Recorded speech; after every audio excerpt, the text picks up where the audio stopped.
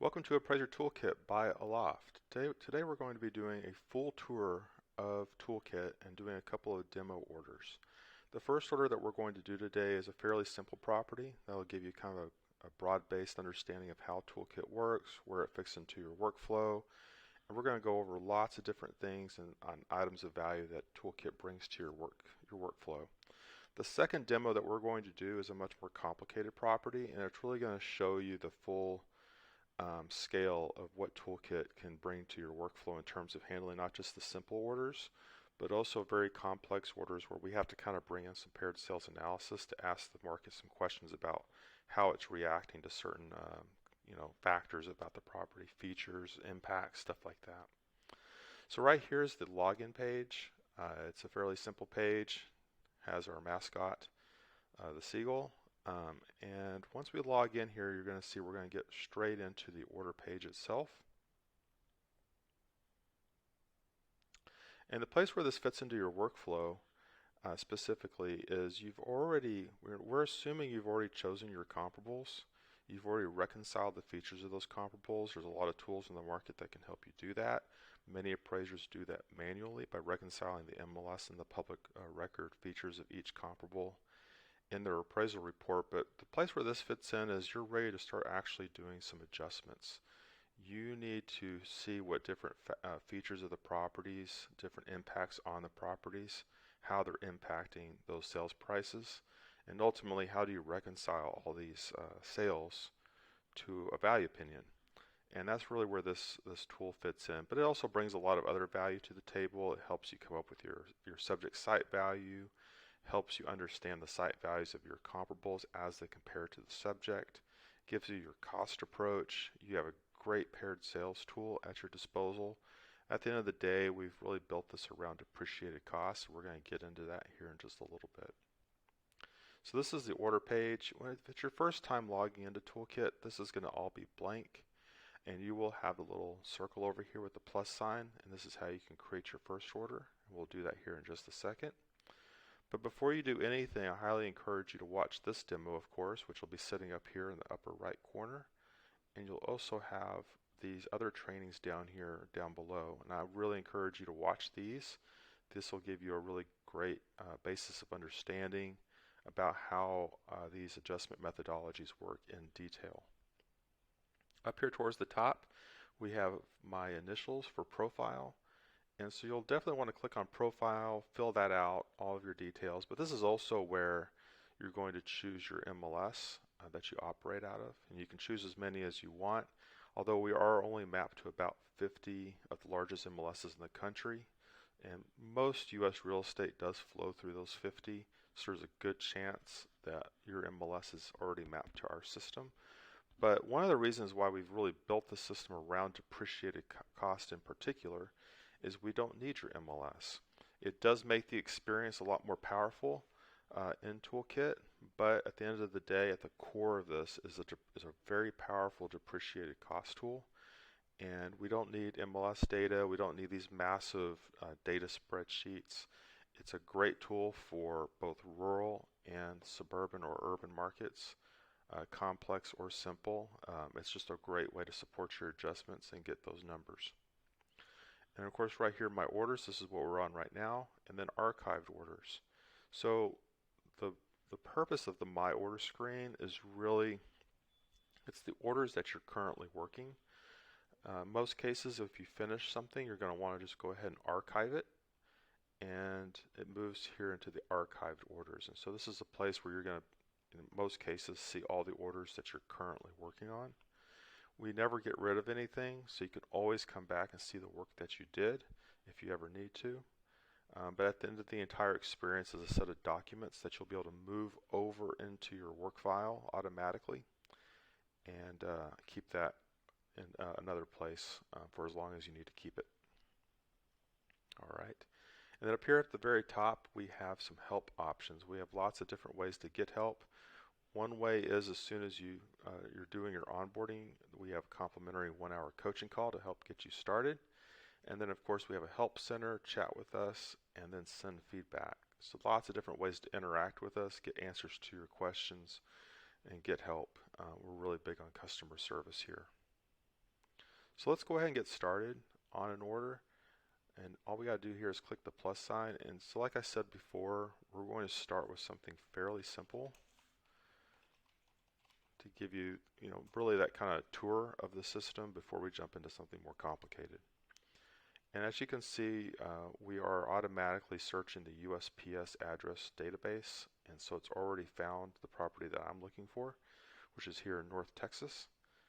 So I'm going to click 1571 Bradford Trace.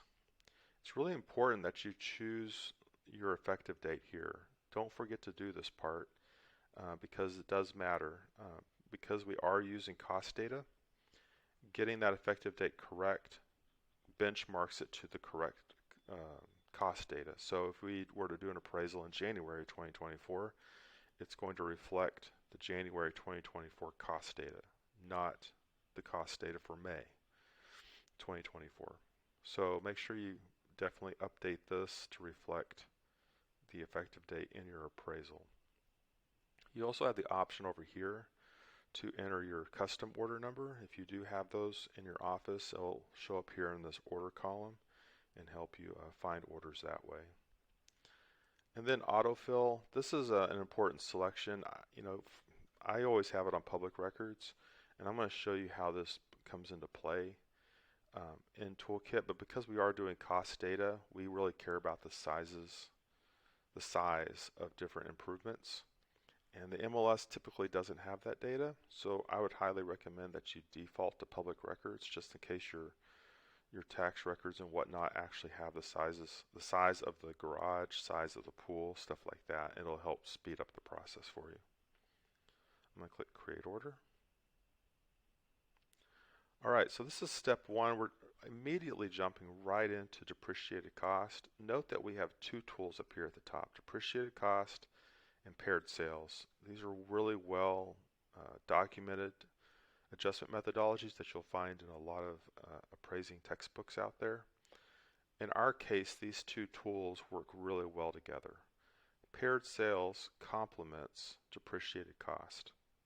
Depreciated cost can do a lot of the heavy lifting work for us, but if we need to have a really specific adjustment, for example, for what the impact of traffic is or a golf course, that's where paired sales comes in. Paired sales is really great about going to the market and just saying, hey, what do you think about this feature? What do you think about this impact? And it's going to help you get that answer. And really, Toolkit has the best paired sales engine on the market, and I'm going to show you how that works during this demo. It really is a remarkable tool. So if you're not used to doing paired sales because it is such a time-consuming process, I really want to change your mind about doing that. I think with this tool, you could be doing paired sales every single day and doing paired sales on every single appraisal because it just doesn't take that much time to do it in here. So we'll get to that here in just a second. So what you want to do on this screen, this is all about bringing the data into Toolkit from your form filler. And so all we got to do here is get our XML from our form filler. So whether you're using Total, ClickForms, SFREP, ACI, they all create XML files. And so, like I said before, in terms of your workflow, you want to go ahead and select those comps that you plan on using in your appraisal. Get those selected, reconcile the features, get to the point where you're ready to start doing adjustments, and you want to support those adjustments. You want to document your support. You want to build that work file and come to a solidly supported value opinion. And so when you go to export this, we do not expect you to complete your entire appraisal before you do that. So you're going to hit some error messages in your form filler. Things like, hey, you didn't sign the appraisal. You don't have a value opinion yet. There's a lot of blank fields here. All you got to do is just skip those alerts and just go ahead and export the XML. All we need is the grid. That's really the only part of the appraisal that we're needing for our system to work. And once you do export that XML, it's going to look something like this. Type XML file, open, and there we go. Actually, that's the wrong file. Let's click that. We want Bradford Trace right there. So we have our subject, 3 sales, and 1 active. Okay, submit. And it's going to bring that right here into Toolkit. This should look exactly like it looks over in your form filler. That's probably on your other monitor. Everything should be a one-to-one match. You can change things in here. You always have the ability to change whatever you want in Toolkit, but I would recommend that you do those things before you bring it into Toolkit, and this whole process will flow a lot smoother. Now, as you're working through Toolkit, you might get to the point where you say, I want to change out a comp, I want to add a comp, I need more data, but you don't want to start completely over. And so we've built in some tools in here to make that possible. First and foremost, you can click here, Edit Details, and you can change this out for another property. So all you need really is your MLS name and the MLS ID. So you just enter the address, MLS ID, and it's going to bring that in and replace this one with it. Now you're going to have to manually remap this comp in here and just fill out all these details. The other thing that you can do in here is just manually add a comp. So you just choose your MLS, listing ID, form type, and it will become comp 5 over here. Again, you'll have to detail everything out over here, but with mapped MLS data, this will certainly help you do that. You can also delete a comp, and you can move these around left and right. Now let's look over here towards the right. There's a whole bunch of icons. Let's go ahead and give a little bit of a tour of that. So the first one being the page guide. This just talks about how this page works, what it does, everything that I'm talking to you about right now. We also have the property map, and there's the subject property. You can also open this map by clicking on the pins over here. So if I click on this pin, it opens the map. And by clicking on either the pin or anywhere in one of these columns, it's going to show you that property on the map. So there's the subject, there's comp 1, 2, 3, 4. And then we can just bounce around. Here's subject, there's comp 1, subject, comp 1. And as you can see, this is a pretty typical homeowners association development here in North Texas, where all the homes are fairly similar to one another. And like I said, this is a pretty simple appraisal. Alright, so right here we have the subject property, which is signified by the little red house. And right below it with the little stars, this is image analysis. So we are one of the very first tools to bring image recognition technology directly to you, the appraiser. We notify it by saying it's a beta feature. And because for us, you know, this is one of those new technology things, and so we wanted to go ahead and get it into the tool, get it into your hands so you can start to kind of figure out how this works, how it can apply to how you do real estate appraising. It's really new technology for appraisers. It's not so new for the secondary market, or for your GSEs, your banks, your lenders. They've been aware of it for quite some time. But we really pushed hard to get this into your hands so that you can start to kind of see what it's capable of. And it really is pretty remarkable. And so as you can see right here, the computer's already said, it has an overall quality rating of 2.9, which would be a Q3 in our case. Exterior 3.2, it's got a slightly nicer kitchen than the rest of the home. And then condition 3.1, C3. So this is a typical Q3 C3 home according to image recognition technology. And then we also have some features down here that are worth kind of going through. And then right over here we have MLS data. And this is being brought in directly from Netris in my case.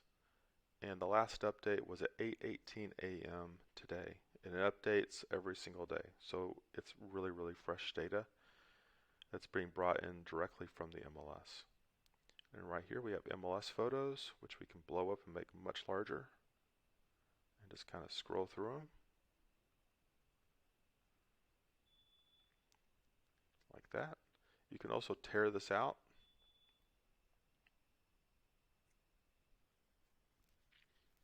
And then you'll be able to see this on another monitor if you want it. So if you can move this to some other monitor and go through them really, really quick.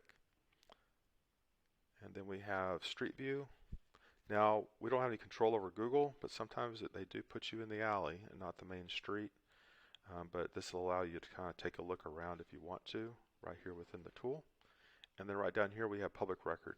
So whether your MLS is mapped or not, we do have public record data for the entire country. And this is going to definitely help you with filling out your cost approach information for depreciated cost. Now, these are the icons for the subject property, but if I click anywhere in this column for Comp 1, you can see we get the same data for Comp 1, Comp 2, Comp 3, Comp 4. Photos.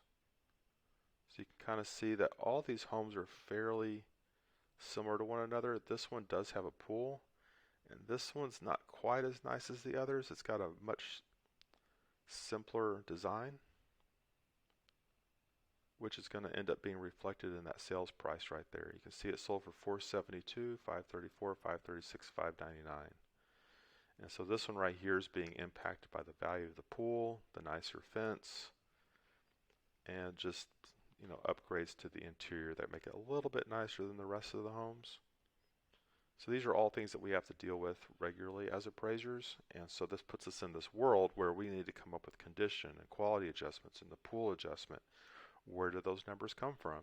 And so we're going to use these tools here in Toolkit to come up with those numbers, support those numbers, and document those numbers. And we're going to do it fairly quickly on a property like this one. For me, this is a pretty simple property. The second one's going to be much more complicated. But let's go ahead and jump right in. Now that we've gone through a tour of this page, I'm going to click Market Adjustments. Alright, so before we can do depreciated cost, we do need time adjustments and list to sell price ratio adjustments. And so that's where this page comes in handy. And we've given you a lot of tools to do this work. And to start with, we have Zillow's Home Value Index. What's nice about this index right here is it is smoothed, it is seasonally adjusted, and it accounts for the core trend, so it's chopping off a lot of outliers, and that's why it's so smooth. So I think it's from 35 to 75 or 35 to 65% of the market. So you're chopping off all those outliers and just looking at that core trend, and so that's why it is so smooth. And then right here on this line, comps affected, C1, C3, we do have a slightly dated comp with C2. And so you can see how the market went. So it went up, down, and now it's kind of going up, which, as you can imagine, summer, winter, summer, winter, summer. Now we're going into summer, so we're going to start kind of going up a little bit. Not too big of a mystery there. But we have quite a few other tools here at your disposal. First, you could just enter in numbers up here. Now we don't know where you came up with these numbers, but you can certainly always enter custom numbers up there. If you do that, you can always use the market condition commentary to explain where you got those numbers, so you have it all nice and documented in your work file. Other option that you have is MLS data zip code. So this is being pulled in straight from the MLS, so there's no smoothing happening, no seasonal adjusting, no outlier removal. This is just the raw data of what happened in each one of these months. So you can see medium DOM, number of closed sales, date of sale adjustment. So you can see it's really choppy, but this is actually what happened without any manipulation at all. The other thing that we're putting at your disposal here is the median sales price as a percent of list price. So you can see, this is going to be worth looking at on this screen for when we go over here to the list to sell adjustment. So I always like to look at this and say, I'm probably going to reconcile that to 99%, which we can go ahead and do that right now.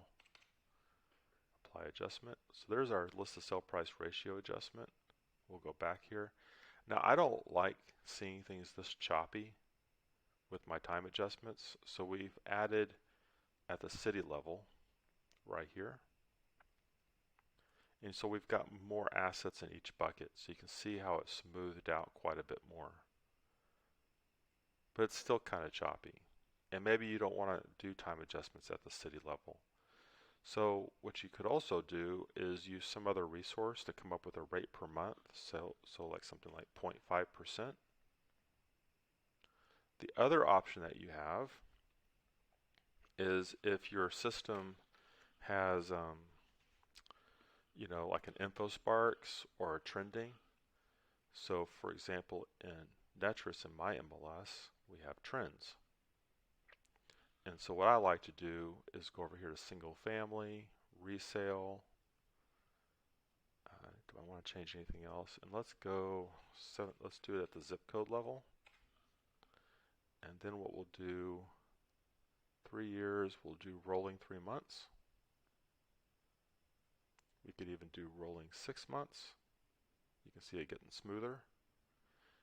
The problem with this kind of a tool is it leaves you in this position of, if you want to do time adjustments, you end up having to get the calculator out and doing a whole bunch of math to come up with those time adjustments off of this chart.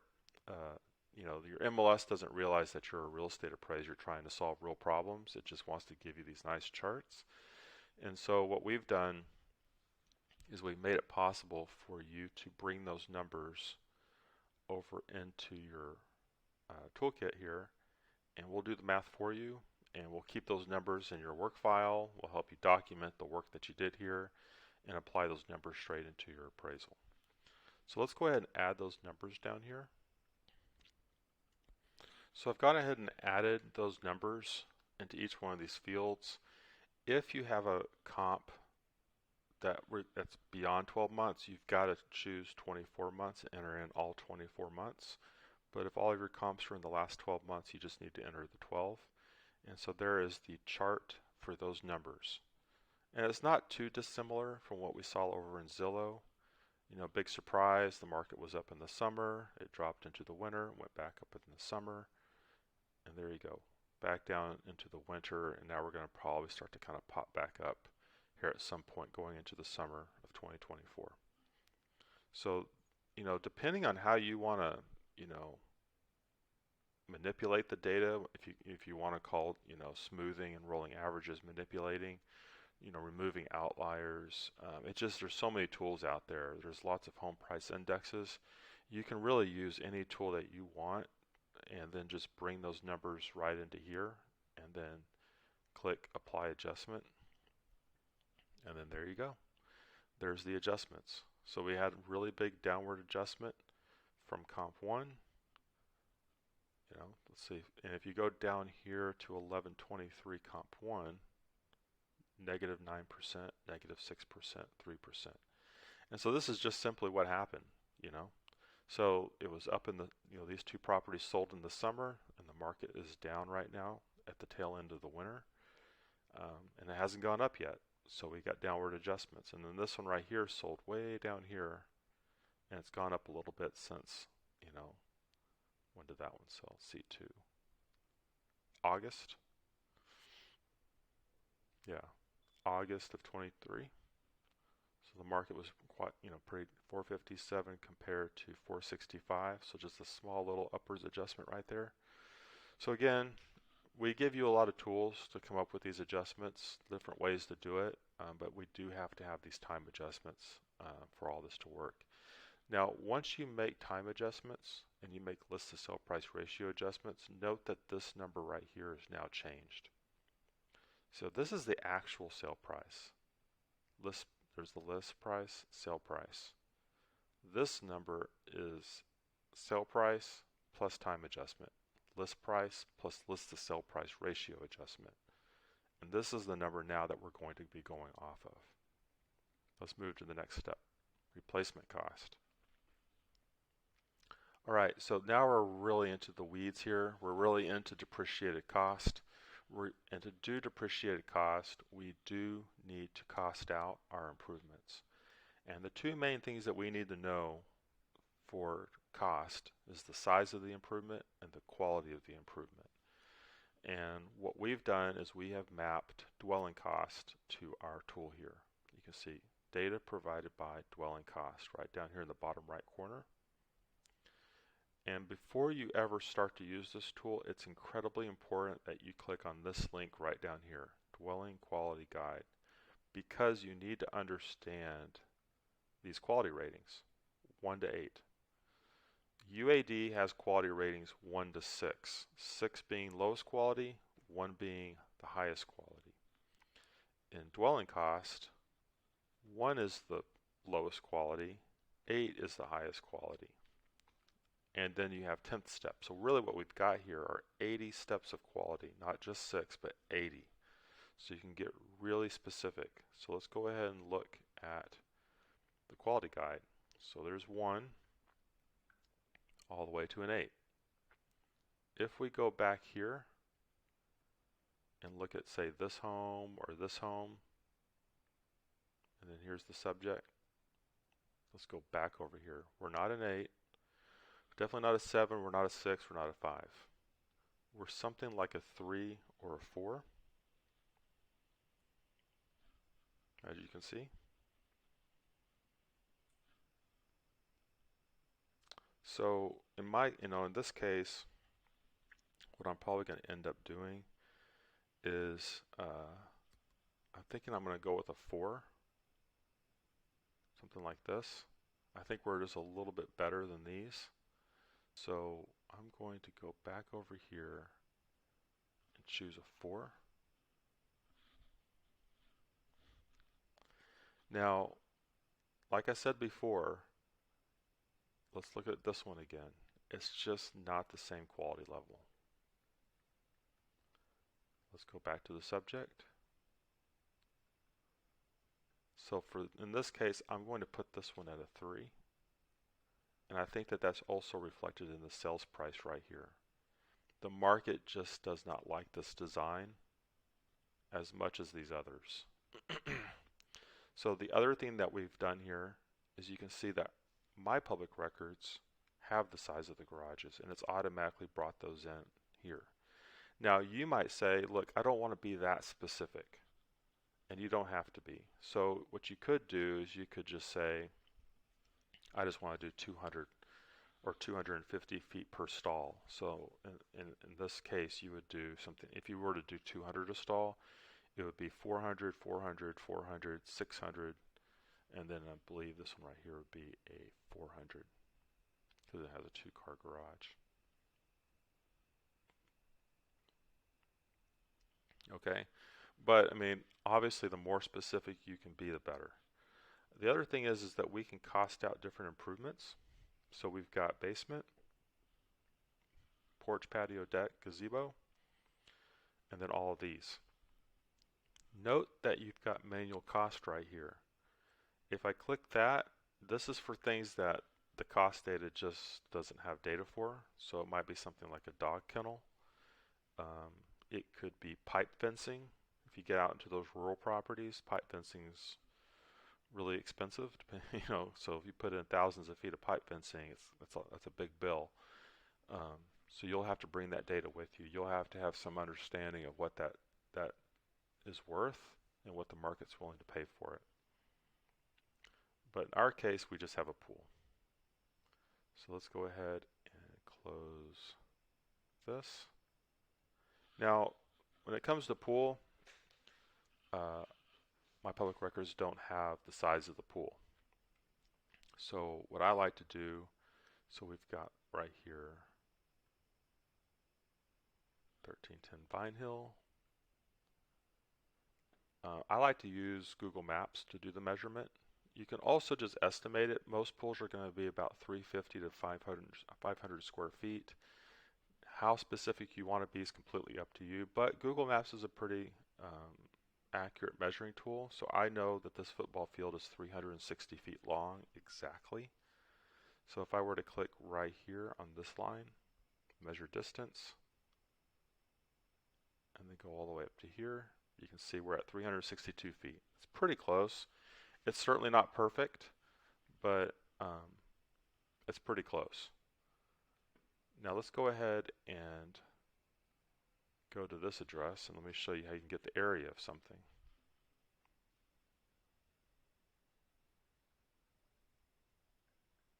So there's the pool right there. I'm going to click measure distance, and we're just going to put little dots all the way around the pool here.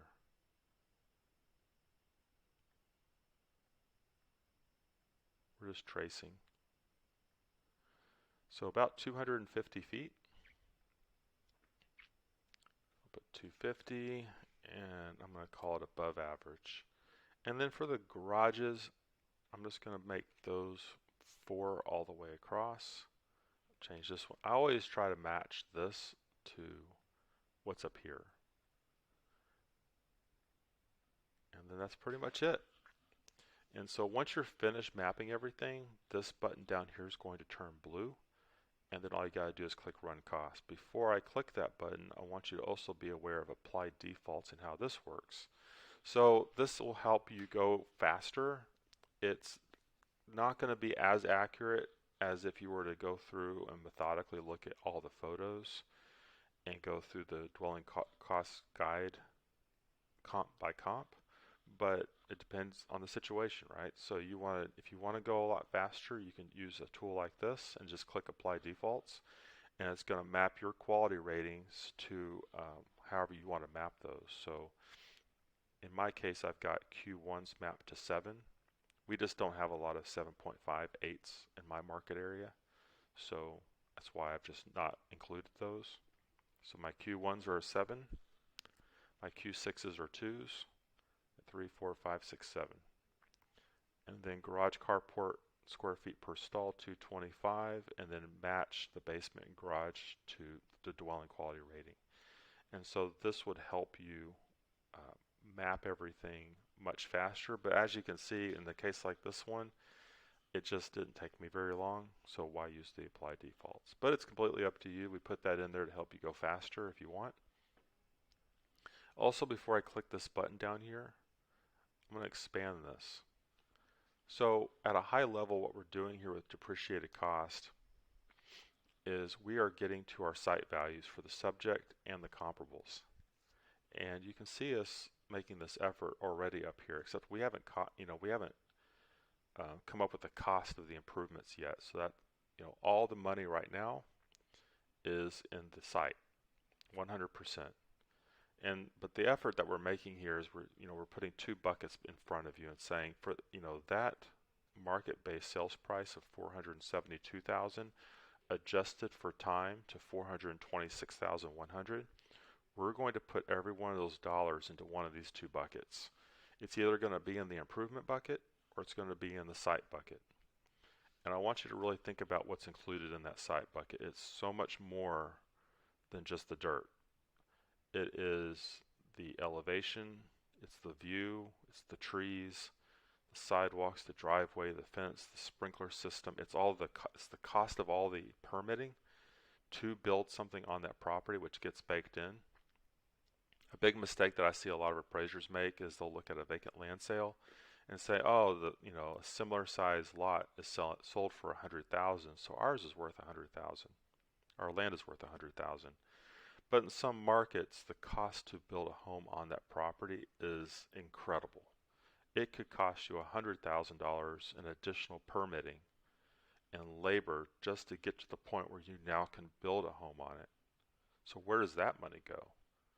So the land isn't necessarily, the land underneath the house that's already been built isn't worth really 100,000. It's worth 100,000 plus the cost of the labor to get to build a home on it. And every market's different when it comes to that component of it. It's also all the site improvements to actually have a home on it, the rough-ins, the foundation work, or the pre-foundation work. So there's a lot that goes into building a home on a property beyond just the dirt plus the structure. There's a lot of stuff that happens in between that adds to the value of that site. Also in the site is also the site shape. It's the location. There's lots of factors that impact site value, and Toolkit's going to allow you to extract that out and understand it a bit better than most other tools. And but for right now, we don't have any improvements technically because we haven't clicked this Run Cost button. So all the money right now is in the site bucket, but we're going to click this and you're going to see a whole bunch of that money move over to the improvement bucket. And so there we go. We just moved a whole bunch of money to the improvement bucket because it costs, a lot of money to build these structures. But right now this is just cost new. We haven't depreciated them. All these homes were built 21 to 23 years ago, so they're certainly not new anymore. And so we're going to need to give these some effective ages. Before I do that, I want you to be able to know what this little gear up here does. We could just lump all the improvements together and say everything lasts 60 years. That's a faster way to do it, and we give you the ability to go faster if you want. The more detailed way to do it is to break things out like this and set total economic lives for each improvement separately. So for example, the pool would last 30 years is the way I have it set. Sheds 20, manufactured houses at 50, but you might be in a really high-end market area, so you could set this at 70 or 80 years. If I was doing a home that is worth $5-6 million, I'd probably set it at 70 or 80. It's up to you how you want to set those. I'm going to keep things broken out like this. And the way I'm going to do this is I'm going to set mine at 15 after reviewing those photos. And I can use this little button right here to send everything across.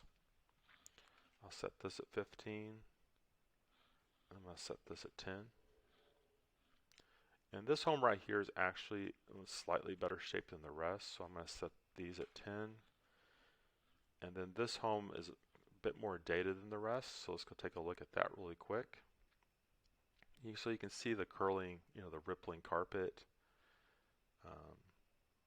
It's just got some slight condition issues after you really kind of blow these photos up and look at it that the others don't quite have. You can also see a little bit of stuff there going on with the roof. So I'm going to set this one at a 20.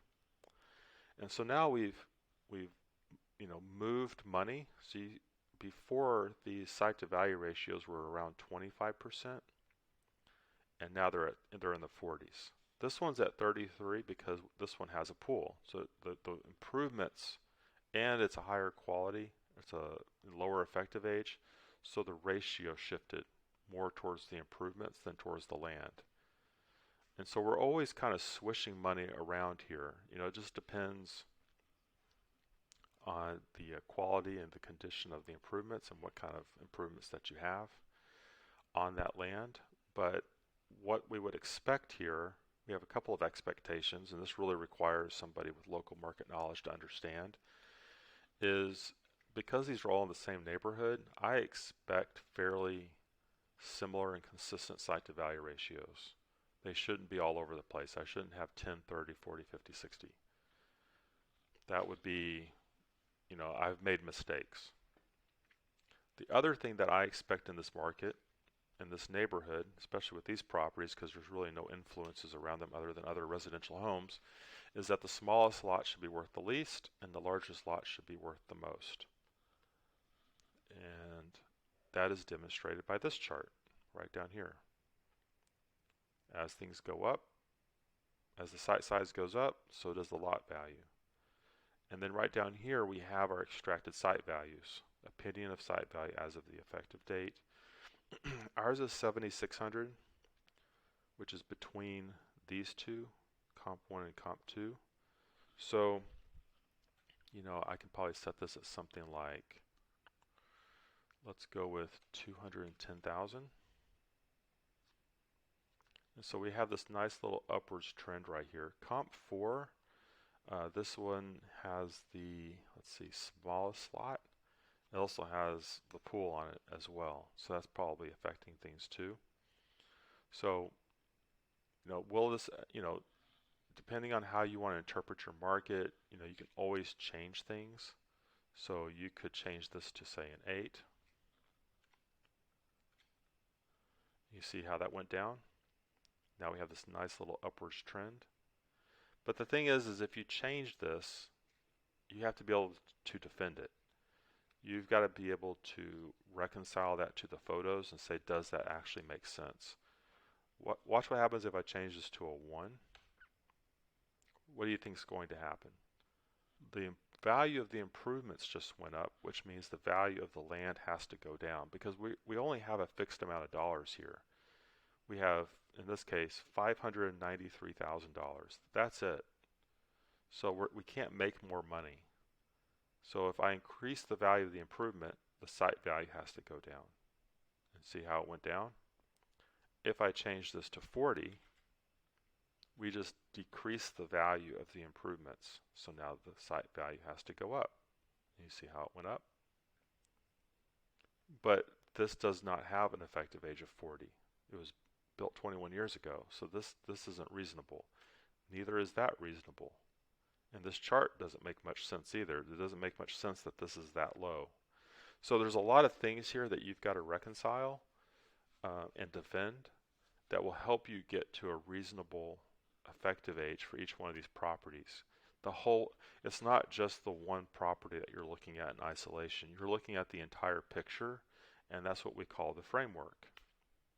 The entire picture of your appraisal has to make sense. And if the whole picture makes sense, so will your adjustments. The other thing to keep in mind are these site to value ratios. It's a good idea to study site to value ratios in your market so that when you use a tool like ours, you can look at this and go, yeah, that makes a lot of sense. That's pretty much what I would expect. Also, it's always a good idea to look at vacant land sales. In my market, there's not a lot of them. So if something does come up, like a tear down or something, you want to definitely keep those things in mind. It can help you look at these site values here that we've come up with of 210 for the subject and see if that makes sense. And I'm going to show you that on the other demo here that we're going to do here in just a second as well. Okay, so we have a really nice picture down here. This is what I would expect. I like these site to value ratios. Everything here is making a lot of sense to me. Now, if there is an impact by, with functional or external obsolescence, you can apply these things here. Now, if there's functional or external obsolescence, what's that going to do to the value of the improvement? It's going to decrease the value of the improvement. If I decrease the value of the improvement, it means the value of my land goes up. So what can often happen here? Let me just kind of artificially create a situation. Let's pretend you feel really good about that 1 right there. But this is really low compared to everything else. This picture isn't making any sense at all. Okay?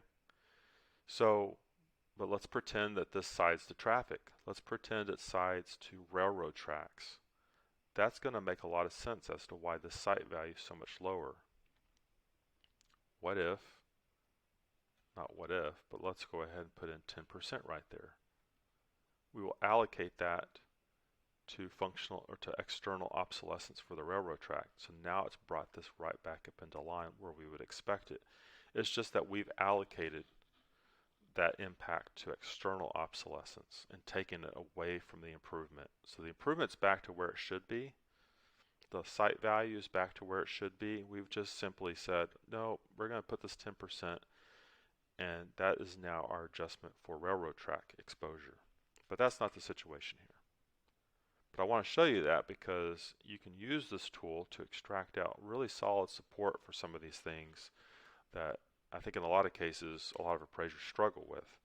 But in here, because we're looking at the entire picture all at once, we can see these things impacting the properties relative to one another that you just can't if you're just seeing one property at a time. Okay, so this really is the page where most of the work happens in depreciated cost within Toolkit, and so we're really done at this point. So if I click next, this is our adjustment page. So here are all of our adjustments. We give you the actual math. So let's just go through a few of these. So for site extraction adjustments, we've got, pretty simple, the subject site value. minus comp 1 site value equals $22,455.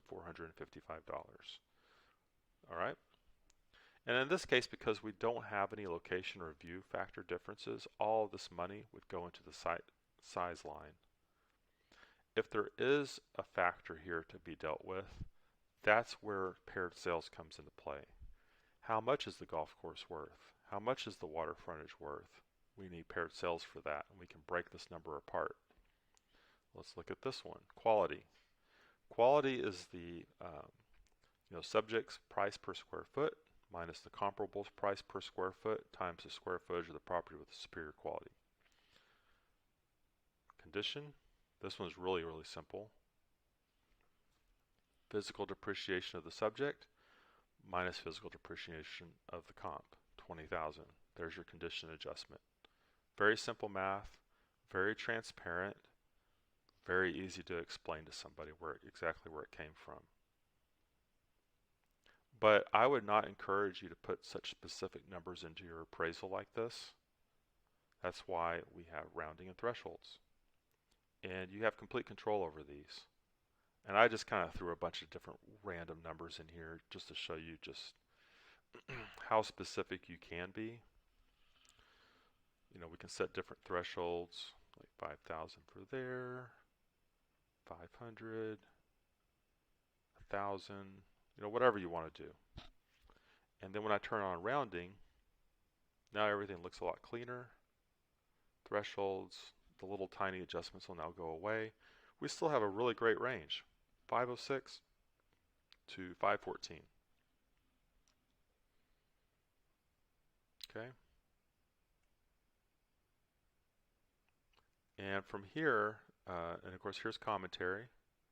These are a little bit more detail around each adjustment section of your comp grid and where the numbers came from. And there's your cost approach. All of this is going to be in your export. So when I export to total, for example,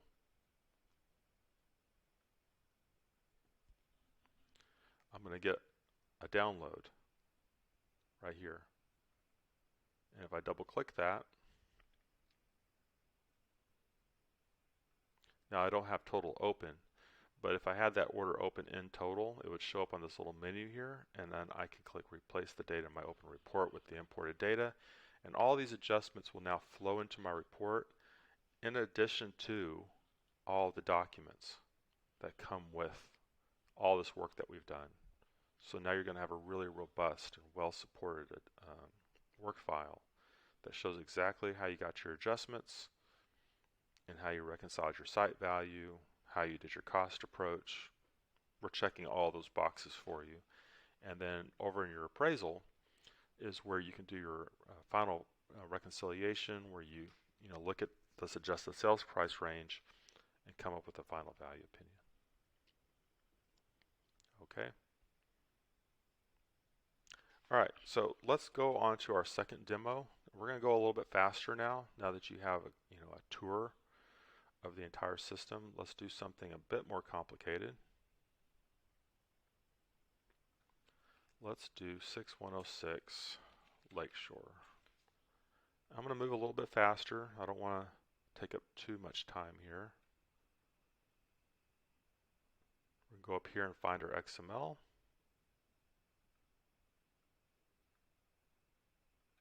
We're going to bring that in. There's all of our comps. Now what's special about this one, what makes this one complicated? two things. One is 86-year-old home in great condition. Let's go take a look at it. Classic craftsman. East Dallas. We've got a pool. We have a comp with a guest house. We have a comp with a shed. And what makes this one even also complicated is we side to traffic. We side to Skillman. High traffic road going north and south through East Dallas, going all the way up here to Mockingbird, which is where everybody likes to go out to eat and hang out. Here in uptown Dallas, this is kind of the happening place, and of course Greenville Avenue is also a place where everybody likes to go out to eat and hang out on the weekends here in DFW.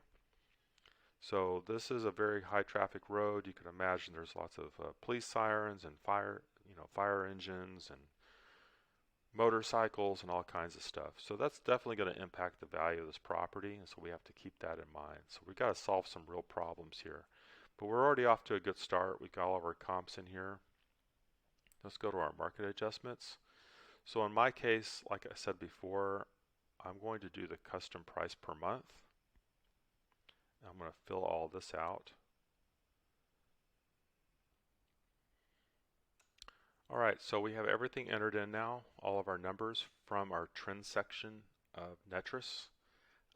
I've smoothed this to a 6-month rolling average, and it's set for the zip code, resale, SFR, and there's our trend.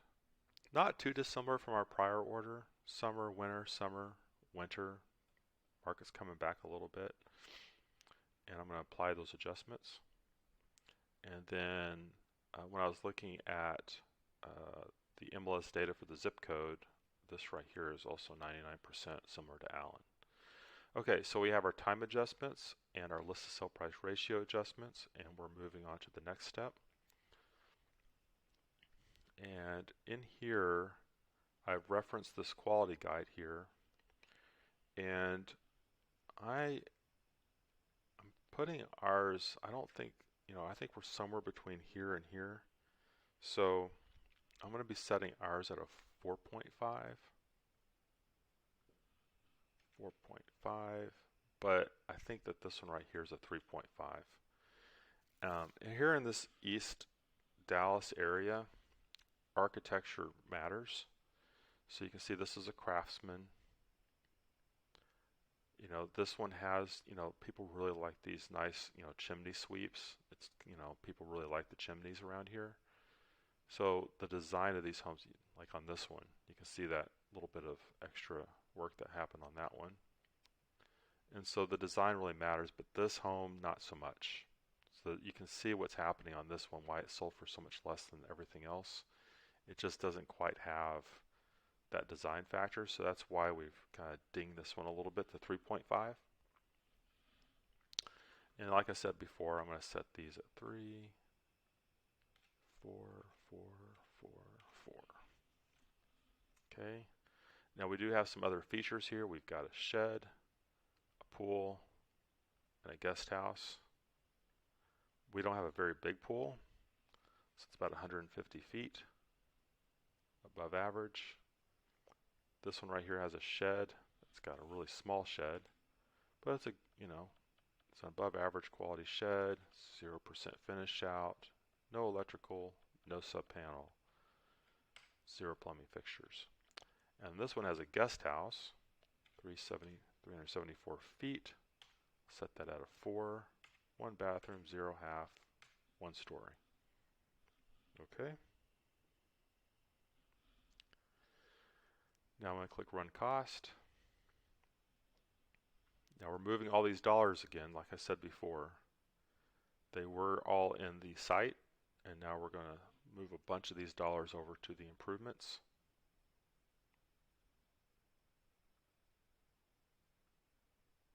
And there we go. So as you can see, different situation than the prior order. Up in Allen, Texas, real estate's a lot cheaper, but down here in East Dallas, it costs a lot more. And the reason it costs so much more isn't because of the home. It's not too different to build a home in Dallas, in East Dallas, than it does the cost to build a home up in Allen. It's the land. The land is a lot more expensive. So we would expect a higher site to value ratio down here than we would up in Allen, Texas, up in the suburbs, which makes a lot of sense. Now, let's see here. Let's go through this.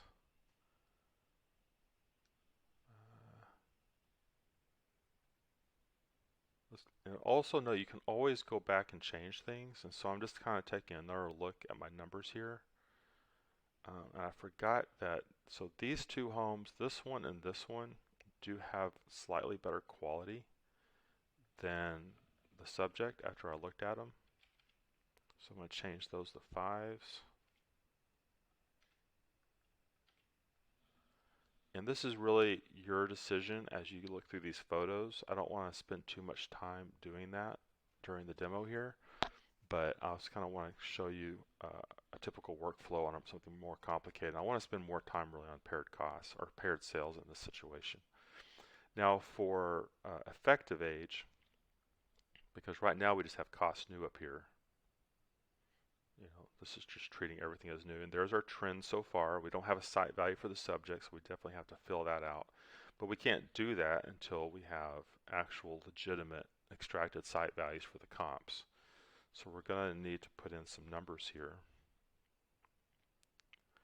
And what I've done in this situation after reviewing everything is I'm setting the C2s at 10s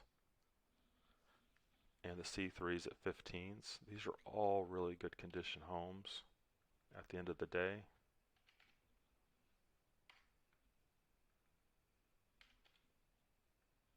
This shed is actually a fairly new shed. And so we got 10, 10, just like that. And our property is about 7,500 square feet, which is just a little bit bigger than this one, but smaller than this one. So I'm going to set our site at, let's see, 510,000, something like that. So now we have a nice little upwards trend going right here. You can see our site to value ratios are up there in the 60s, 50s to 60s. Which is probably right about where I would expect it. Also know that you can make notes down here if you need to. If there's something like, oh, this is in a flood zone, whatever you want to take note of here. All right.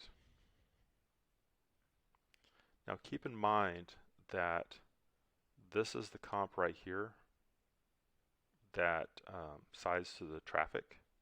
We also have comp 1, which also sides to traffic, and then we have our listing down here that also sides to traffic. So we have some comparables that have that that same impact, and that's going to be reflected in this chart down here.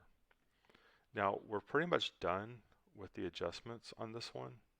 And if I install our rounding and our thresholds, this is going to be our adjustment set. But let's say we need to go and actually do some work on what is the impact of that site, or that impact of the traffic. Let's go over here to paired sales. Now in paired sales, this is a complementary tool to depreciated cost. And what I like to do over here, and I've already done one here as a practice round, but you can go in here and put down other 75214, adverse, traffic, Skillman. I'm just kind of notating what it is that I'm measuring. And this is tied in with the MLS, and this is going to work if we map your MLS. So that's one of the prerequisites for this. I'm just going to go along Skillman here and search the MLS. And now what I really care about is I'm looking for a comp that's actually siding to the same street in an ideal sense. But more than that, I need something that sides to traffic. But I'm lucky here, so I've got one that sides to the same street that's just a couple blocks away. I'm going to copy that address with this little button right there. I'm going to go to Filters, and right here, define the difference. You have a little instructional. I'm going to choose Search for a specific address. I'm going to paste that address in. Now what I'm doing by doing that is I'm saying that for every pair that this engine finds, that property has to be in the pair, because that's the property that has the thing that I'm trying to measure. The job of this engine is to find me the best pair. I want other sales that are similar to this property as possible. So that way when I get into paired sales, I'm making the fewest adjustments possible. I can also I can restrict what's going to show up in a pair.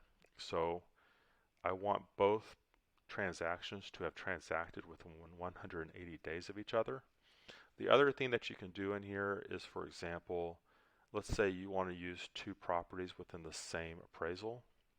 You can just put one address there and put the other address here. Now you're only going to end up with one pair because you've been so specific and said I want to compare these two things against one another, and you can just do that as well. I'm going to click apply. And as you can see, we've already got a pair right here, 690 to 680. I'll click that one. Now this one right here, you can see how basic this property is, and we can research these over here. So, you know, here's the subject, or not really the subject, but this is the one we're measuring against. Really basic design. And then there's this one. It's just not, it's not comparable. It's got too much of that special architecture. So I'm going to skip that one. And then this one also isn't going to be a good match just because this one has condition problems. So I'm going to skip that one. Same problem as the second one. I'm not going to use that one or that one. There we go. See, it kind of has that not so great design, a little bit boxier look to it. I'm going to use that one. So we can do as many pairs as we want. The farther down this list we go, the more dissimilar the pairs are. But we've got a really good pair up here at the top. Let's click next. So this is where this is pretty basic paired sales analysis like you would do in Excel, except we've made this a lot easier for you. So in this case, we're going to be looking at two pairs simultaneously. So the goal of this is that after we adjust them, these two numbers should be fairly similar to one another. Will they ever be the same number? Probably not. I wouldn't set that expectation for yourself, but they should start to come together fairly well. So in this example, I'm going to go down 5,500. I'll add for the, let's do 15,000 for the bedroom. Let's just go take a look at this property really quick. It's got pretty good condition. Not too dissimilar from this property.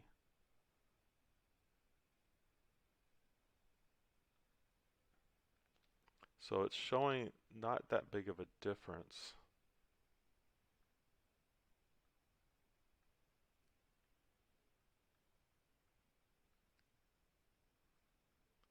Let's move on to this one.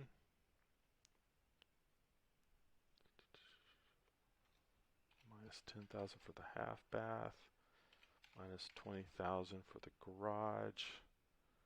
Let's look at, oh wow, yeah, this is a much nicer home. Really nice back patio. There's that garage. So if I were to make an adjustment for quality, like if we decided that this was more of a, like a Q3 and this one's more of a Q4, we could do something like minus 10,000 or minus 20,000. If we go back up to this one,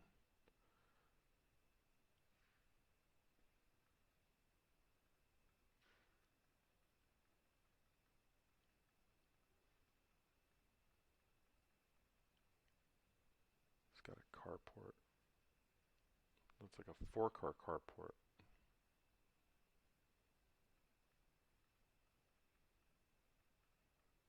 Yeah, this one isn't quite as nice as the other one.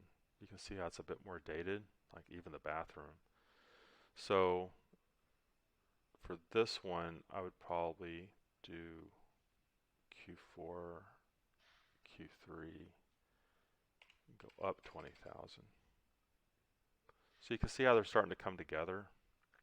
So we might end up reconciling this to something like $20,000, and then traffic impact commentary. And what we can do is we can save and close this.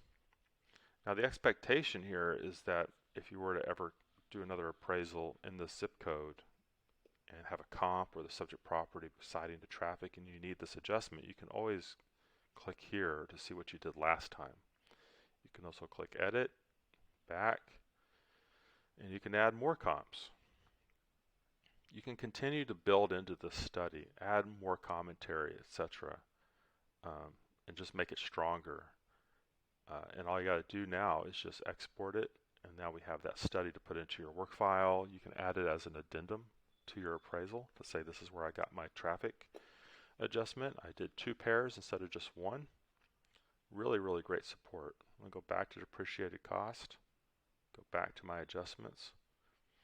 And so I can, once I move over to total, I can use these adjustments plus my paired sales analysis to help reconcile everything to my final value opinion. And everything's going to be really, really well supported and come together in the end. Commentary, cost approach. Also, let me just kind of rewind back to properties here and image recognition technology. So this is technology that's going to be impacting our world, and so I just want to show you something really quick in my actual MLS system. You can see right here, AI generated image tags and photo descriptions will be available in Netris starting on April 3rd, which has already happened. So all the newer stuff is starting to get image tagged, and you can probably imagine quality ratings are eventually going to start showing up at some point. If they're not in here, I can tell you that they're going to be showing up in quality control systems and whatnot. So it's really going to be a good idea to take, notice of these and what they're saying, especially at a comparative level. So if we go over here to replacement cost, you can see up here recommended quality 2.5. See that? 2.5 to a 3. It's recognizing that this home isn't quite the same quality level as the subject or most of the comps. Most of the comps are all pretty much the same. So that's why we ding this one to 3.5 like that. But know that this is not a one-way street. You can always go back and modify things as you reconcile and analyze and make sense of everything. But we call it a framework because you're building a picture, and you have to bring your knowledge of the market. You got to bring your knowledge of site to value ratios, vacant value, land value. How different size lots compare to one another, and what you're expecting in that site size to site value trend. Some people might say, this site value seems too high, but in reality it's not. I think in a lot of cases appraisers tend to put too much of the value on the improvement when really it's the land value that's driving the situation. So in this example, I'll show you the vacant land sale that I found in the same neighborhood. Zoom in a little bit. This property sold in 2022, and of course the market has gone up since then. But you can see here this is just a small empty lot. Not very many of these happen. This is really an older area where almost everything's built up. But this is a vacant lot, just some Bermuda grass, and it sold for, let's see here, $450,000, $65 a foot. So how much is an acre probably going to go for? 65, about $2.8 million an acre. Land is expensive in East Dallas, but this puts us in about the same ballpark as the site value we just came up with. And then I can also show you, these are the only vacant land sales I could find across, I think it's 2 years. So they range from $300,000 to $820,000 for vacant land. So we're right there in the middle of this range. And so our site value certainly isn't too high. It's right where it probably should be. But we did this via depreciated cost, giving these properties quality ratings that we believed in. We verified against a scale. We gave them effective ages that made sense based on looking at the images of the properties. We didn't give them effective ages that were too high or too low. We brought this entire picture together. This makes sense. This makes sense. Site to value ratios make sense. The whole picture has to come together, and if it comes together, we're going to end up with adjustments that are also really, really solid and well supported. And that's really the goal of Toolkit, is to help you support your adjustments, build your work file, and also solve really, really hard problems. I hope you enjoyed this demo, and good luck with your appraising, and hopefully Toolkit is going to be a part of that work in the future. Bye. Thank you.